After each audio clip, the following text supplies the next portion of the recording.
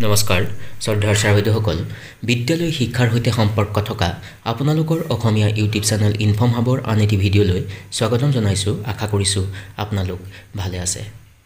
ছাৰ-বাইদেউসকল lifestyle for environment life শীৰ্ষক যি কাৰ্যসূচী সেই কাৰ্যসূচী 5 জুনৰ পৰা 12 জুনলৈ বিদ্যালয়বিলাকত পালন কৰিবলৈ কোৱা হৈছে।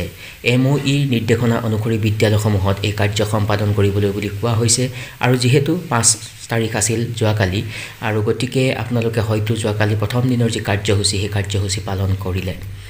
এতিয়া আজিৰ এই আলোচ্য শিতানৰ জৰিয়তে 6, 7 আৰু 8 মে'ত বিদ্যালয় পৰ্যায়ত কি কাম কৰিব লাগিব সেই সম্পৰ্কে অকণমান ক'বলৈ চেষ্টা কৰিম।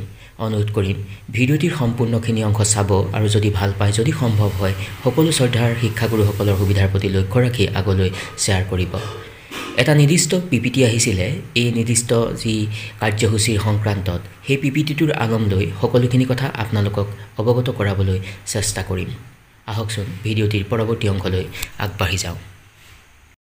ছাৰ-বাইদেউসকল এইটোৱেই ইতিমধ্যে অহা PPT আৰু এই PPTৰ এই অংশখিনিত উল্লেখ কৰা আছে যে 6 জুনৰ দিনা বিষয়বস্তু থাকিব, অৰ্থাৎ থিম হ'ব এডপ্ট ছাষ্টেইনেবল ফুড ছিষ্টেম, অৰ্থাৎ বহনক্ষম খাদ্য শৃংখল গ্ৰহণ কৰা বা মানি চলা। আৰু এই যি আপোনাৰ থিমৰ ক্ষেত্ৰত বা অধীনত বিদ্যালয়সমূহে কৰিব লগা কাম থাকিব যে ছাত্ৰ ছাত্ৰীসকলক বিদ্যালয়ৰ চৌহদত পোষণ বাগিচা তৈয়াৰ কৰা প্ৰতিপালন কৰা কামত সহযোগ কৰিবলৈ দিব পাৰে। যদি বিদ্যালয়ত পোষণ বাগিচাৰ বাবে পৰ্যাপ্ত মাটিৰ অভাৱ হয় তেন্তে অব্যৱহৃত বাল্টি, বটল বা টেমা, ড্ৰামজাতীয় যিবিলাক বস্তু থাকে বা মাটিৰ টাব আদিত পুলি ৰোপণ কৰি উপযুক্ত স্থানত সংৰক্ষণ কৰিবলৈ দিব পাৰে।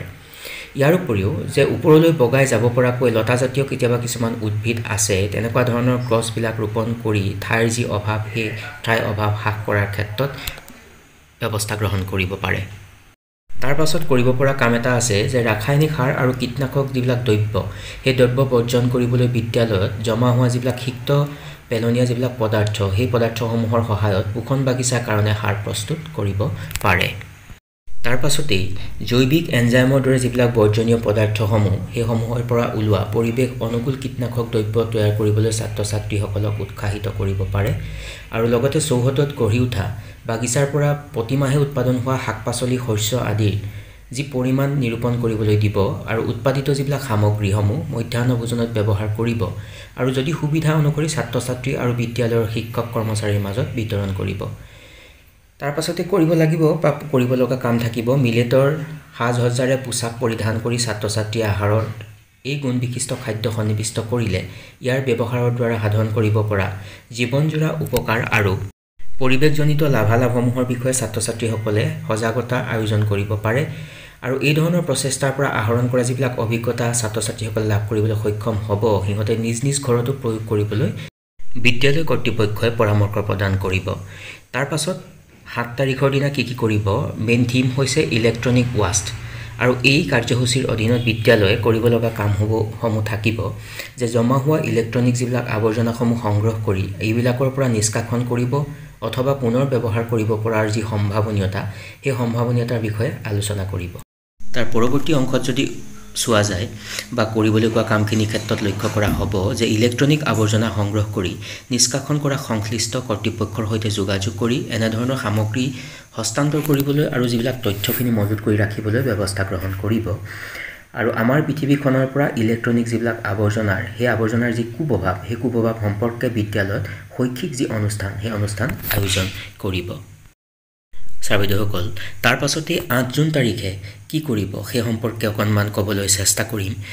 থিম থাকিব আৱৰ্জনা হ্ৰাসকৰণ, অৰ্থাৎ ৰিডিউচ ৱাষ্ট।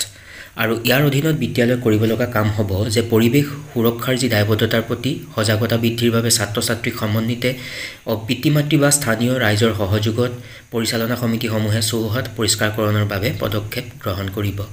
ইয়াৰ উপৰিও আৱৰ্জনা পৃথকীকৰণৰ যিটো ধাৰণা সেই ধাৰণাটো প্ৰদান কৰিব। তাৰ পাছতেই শ্ৰেণীকোঠা অনুসৰি চাহিদা পূৰণ কৰিব পৰাকৈ পৃথকভাৱে আৱৰ্জনা ৰাখিবলৈ ডাষ্টবিনৰ ব্যৱস্থা কৰিব।